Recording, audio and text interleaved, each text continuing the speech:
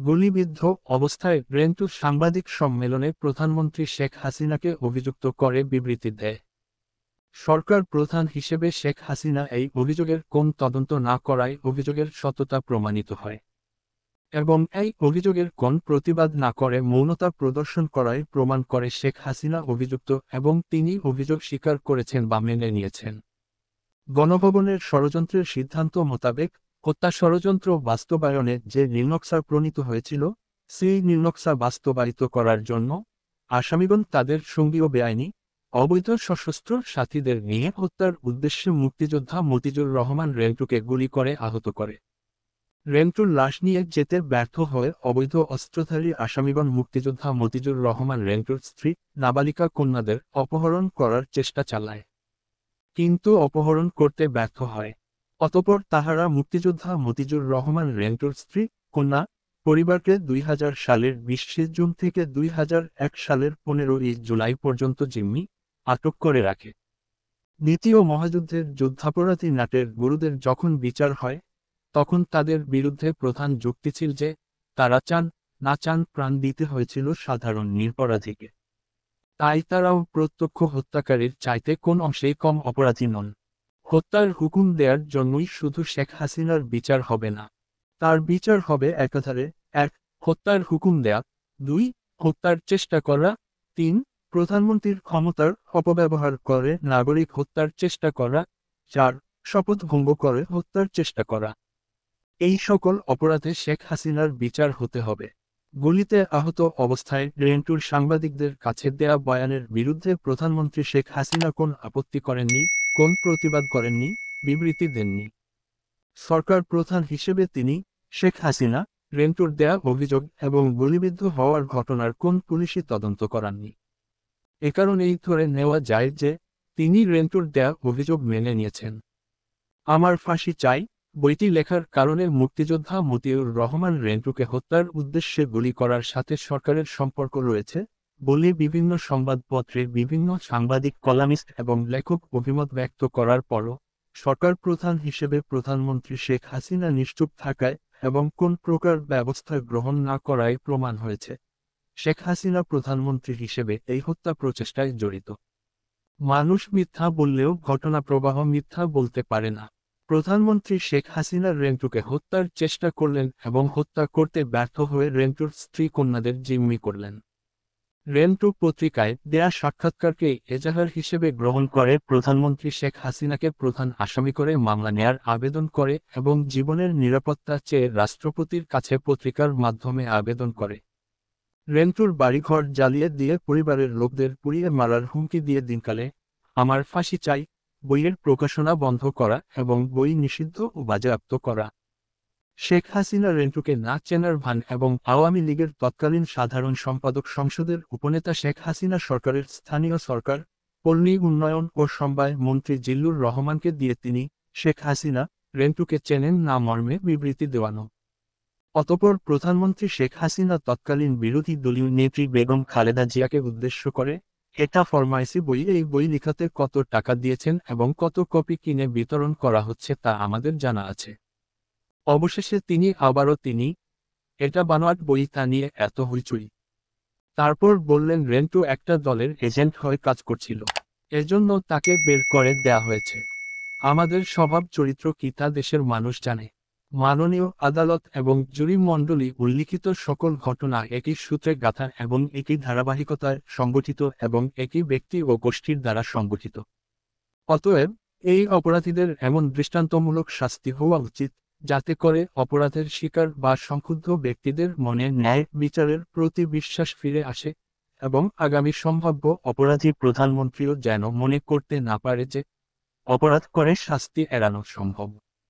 1971 সালে আমাদের মহান মুক্তিযুদ্ধের সময় জনাব সিরাজুর রহমান বিবিসির বাংলা বিভাগের সাংবাদিক ছিলেন। সত্যি বলতে কি সিরাজুর রহমানের কারণেই বিবিসি আমাদের মুক্তিযুদ্ধের পক্ষে সহায়ক ভূমিকা নিয়েছিল। মুক্তিযুদ্ধের পক্ষে বিশ্ব জনমত গড়ে তোলা, আমাদের মুক্তিযুদ্ধের প্রতি বিশ্ব সম্প্রদায়ের সমর্থন ও সাহায্য আদায় করার যে আন্দোলন, সেই আন্দোলনের পুরোধা ছিলেন সিরাজুর রহমান। তিনি তার প্রচুর পরিশ্রম এবং উদ্ভাবনী শক্তির দ্বারা সংবাদ মাধ্যম ও রাজনৈতিক এবং শিক্ষাব্রতী মহলে প্রচারের জন্য ১৫০ শতাধিক ফ্যাক্টশিট লিখেছিলেন। এই ফ্যাক্টশিটের হাজার হাজার কপি ইউরোপ, আমেরিকায় বিলি হয়েছে। মুক্তিযুদ্ধের পক্ষে এক ইতিহাস হয়ে আছে।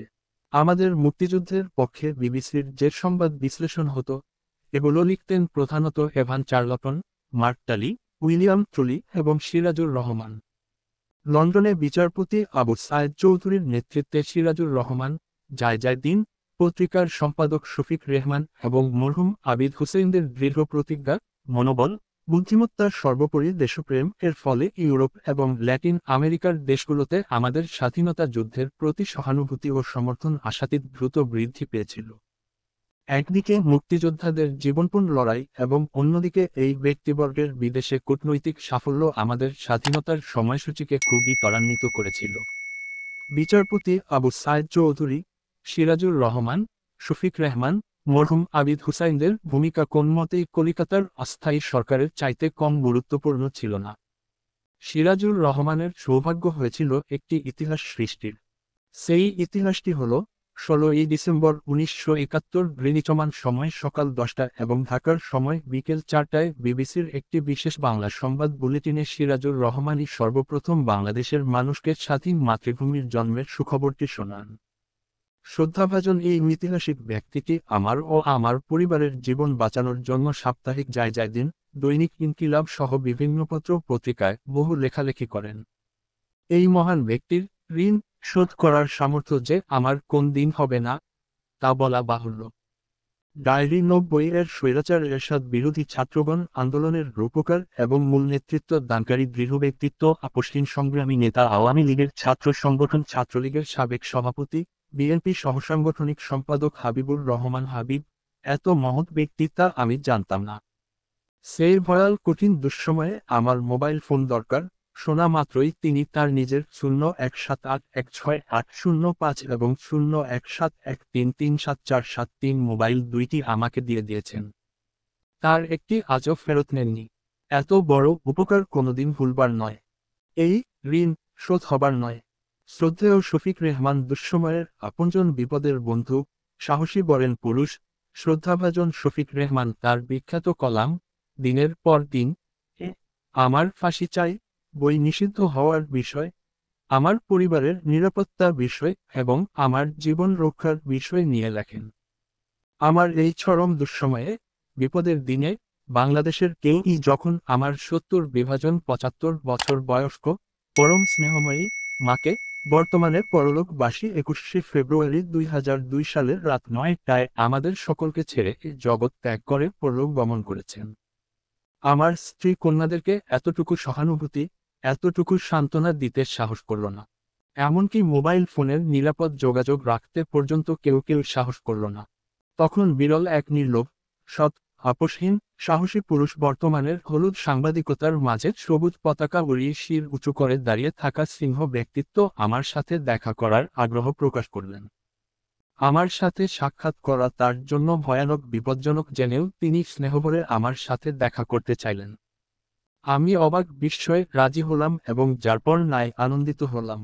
প্রধানমন্ত্রী শেখ হাসিনার লেলিয়ে দেয়া ঘাতকেরা আমাকে হত্যার জন্য গুলি করেছে, এই সংবাদ শোনার সঙ্গে সঙ্গেই ফোন করে আমার স্ত্রী ময়নাকে, যিনি বলেছিলেন এরপর আমি আর ফোন করে আমার নাম বলবো না, আমি বলবো বন্ধু। বন্ধু বললেই তুমি বুঝবে আমি ফোন করেছি। আর তুমিও ফোন করলে কখনো তোমার নাম বলবে না, শুধু বলবে বন্ধু, তাতেই আমি বুঝবো তুমি আমাদের সেই অতি আপনজন, বিপদের বন্ধুর সাথে আমার দেখা হবে। নির্ধারিত দিনে নির্ধারিত সময়ের কিছু আগে আমি উত্তরার রাজলক্ষ্মী কমপ্লেক্সের সামনে এসে কাছাকাছি মসজিদে মাগরিবের নামাজ পড়ে বন্ধুর অপেক্ষায় রইলাম। বন্ধু এলেন, তার রকি জিপে করে পশ্চিম দিকের গলির রাস্তায় কিছু দূর নিয়ে গেলেন। সেখানে জিপের ভিতরে বসেই বন্ধুর সাথে কথা হলো। বন্ধু তার গাড়ি করে আমাকে ক্যান্টনমেন্ট স্টাফ রোডে নামিয়ে দিয়ে চলে গেলেন। অন্য একদিন, আমাদের দুঃসময়ের সবচাইতে আপনজন, মহা বিপদের মহান বন্ধু, শুভাকাঙ্ক্ষী, আমিও আমার স্ত্রী কন্যাদের জীবন রক্ষার্থে যিনি নিঃস্বার্থভাবে যারপর নাই চেষ্টা করেছেন, কাউকে বিশ্বাস না করলেও যাকে বিশ্বাস করতেই হবে, সেই শ্রদ্ধাভাজন বন্ধুর সঙ্গে দেখা করার গোপন কর্মসূচি ছিল উত্তরা রাজলক্ষ্মী কমপ্লেক্সের উত্তরে নির্দিষ্ট স্থানে পৌঁছার খানিকটা দূরে থাকতেই হালকা আলো আবছা অন্ধকারে দেখলাম শ্রদ্ধেয় বন্ধু তার গাড়ি নিয়ে আমার অপেক্ষায় আছেন। এই স্থানে আমি ও বন্ধু আগেও মিলিত হয়েছি। তখন গাড়ির চালক ছাড়া তিনি একাই ছিলেন। কিন্তু আজকে শ্রদ্ধেয় বন্ধুর পাশে অন্য এক ভদ্রলোক বসে আছেন। অথচ অন্য কারো থাকার কথা নয়। মনটা ভারী হয়ে গেল, মাথা আর চোখ চঞ্চল হলো। পঞ্চ ইন্দ্রিয় সজাগ, সজাগ ধ্বনি তুলল। স্নায়ুর উপর মাত্রাতিরিক্ত চাপ বৃদ্ধি পেল। মন বলে উঠল, তাহলে কি প্রধানমন্ত্রী শেখ হাসিনার লেলিয়ে দেয়া ঘাতকেরা ফাঁদে ট্রাপ ফেলেছে?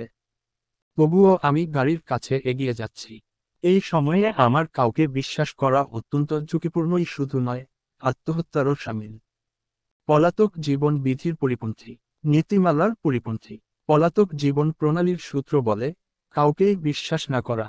তারপরও কাউকে না কাউকে বিশ্বাস করতেই হবে। এই শ্রদ্ধেয় বন্ধুকে যদি বিশ্বাস না করি তাহলে অবিশ্বাসী হয়ে আমাকে পৃথিবী থেকে বিদায় নিতে হবে। গাড়ির কাছে গিয়ে আস্তে করে সালাম দিতেই তিনি ইশারায় গাড়িতে উঠতে বললেন। আমি গাড়িতে উঠে বসলাম। চালক উঠে গাড়ি স্টার্ট দিলেন। গাড়ি চলতে শুরু করলো। অন্যান্য দিন সামান্য দূরে যেই চালককে ছেড়ে দিয়ে আমি আর বন্ধু প্রয়োজনীয় কথা এবং কাজ সেরে নেই। কিন্তু আজ গাড়িটা বেশ কিছুক্ষণ চলছে। সবাই চুপ করে বসে আছি। কেউ কারোর সাথে কথা বলছি না। শুধু অনাকাঙ্ক্ষিত ভদ্রলোক চালককে ডানে যান, বাঁয়ে যান, সোজা যান বলে দিক নির্দেশনা দিচ্ছেন। সুঠাম দেহের লম্বা চড়া এই ব্যক্তির নির্দেশে নিঃশব্দে গাড়ি এগিয়ে যাচ্ছে। কারো মুখে কোন শব্দ নেই। এই মুহূর্তে এই অপ্রত্যাশিত ব্যক্তিরই একচ্ছত্র কর্তৃত্ব যে চলছে, তাতে সন্দেহের কোনোই অবকাশ নেই। সামনের সিটে চালকের পাশে আমি, পিছনের সিটে বন্ধু এবং এই মুহূর্তে যার কজায় আমরা, সেই অনাকাঙ্ক্ষিত অপ্রত্যাশিত ব্যক্তি। তবে কি বন্ধু ফাঁদে পড়ে অসহায় হয়ে পড়েছেন? বৈশাখের কাল বৈশাখী ঝড়ের মতো মাথায় চিন্তার ঝড় বয়ে যাচ্ছে। কিছুক্ষণের মধ্যেই সুন্দর একটা বাড়িতে গাড়িসহ প্রবেশ করলাম। সম্পূর্ণ লাল সিরামিকের ইট দিয়ে তৈরি করা। বাড়ির ভিতরে ফ্লোর, সিঁড়ি সাদা মার্বেল পাথর দিয়ে করা। আমরা তিনজন মার্বেল পাথরের সিঁড়ি দিয়ে দোতলায় উঠলাম। প্রথমে যে রুমে ঢুকলাম, সাদা ফ্রেঞ্চ কাট দাড়িওয়ালা এক ভদ্রলোক এবং কম্পিউটার আছে এই রুমে। পরে 3 দিক খোলা বারান্দায় এসে আমরা বসলাম। এই ভদ্রলোক আমার সম্পর্কে পুরোপুরি ওয়াকিবহাল। আগামী 1 অক্টোবর বিএনপি নির্বাচনী কৌশল কি হবে তা নিয়ে আমরা কিছু আলোচনা করলাম।